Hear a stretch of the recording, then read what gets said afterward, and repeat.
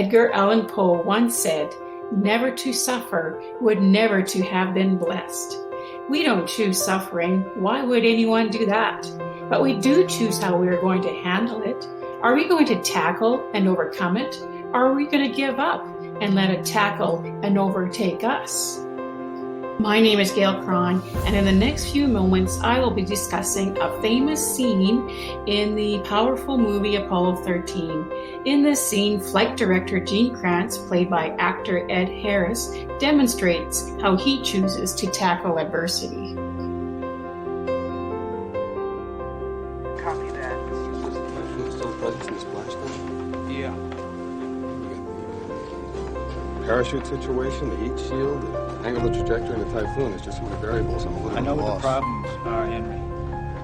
It'll be the worst disaster NASA's ever experienced. With all due respect, sir, I believe this is going to be our finest hour.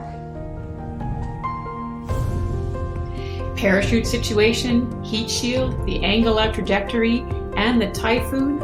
Yes, these are serious problems that rocket scientists are struggling with. The NASA research scientist team is dealing with what could potentially be a major disaster. Who wouldn't want to run away from that?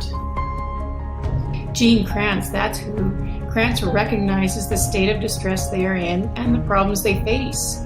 But he is choosing to face it and believe that the end result will be their finest hour.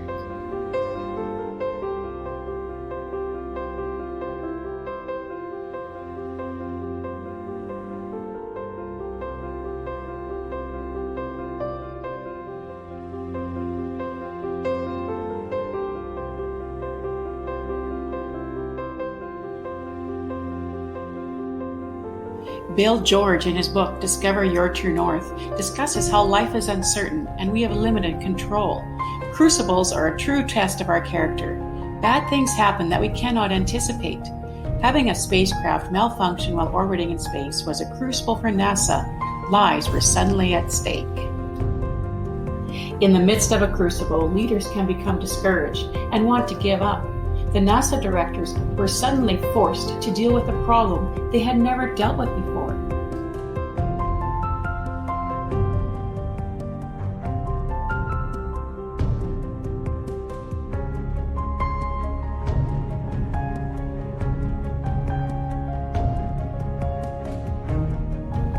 A crucible is an essential element in the process of becoming a leader.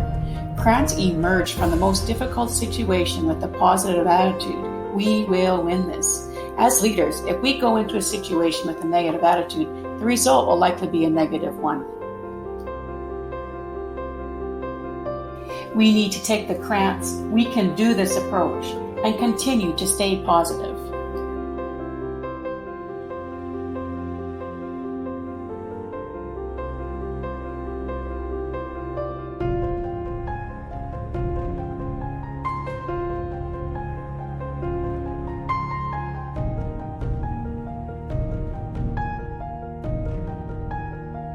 In times of adversity or stressful situations, not only do we need to think positively, we need to become good planners, see the big picture, know what the goals are.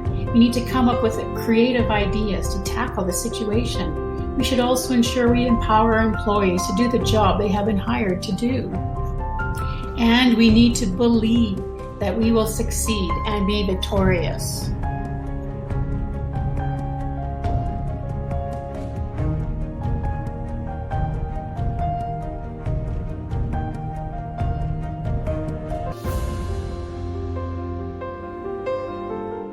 While I'm not a rocket scientist, I am a crop advisor, which also can be demanding in its own way. Several years ago, my company went through a cutting back period and there were several employees laid off. I survived the cut, but I was told my area was expanding and the number of growers I would be advising almost doubled. And logistically, I had to cover a lot more ground, which required a lot of additional travel time. Although overwhelming, I was forced to step up my game a notch.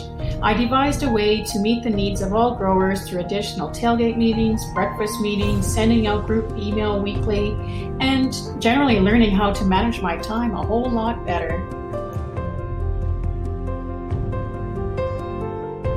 My finest hour may not have been bringing an injured spaceship back down to Earth, but I chose not to allow my situation to overwhelm me. Through careful thought, detailed planning, creative thinking, and empowering others, the result was a positive and successful one. And most importantly, I believed I could do it.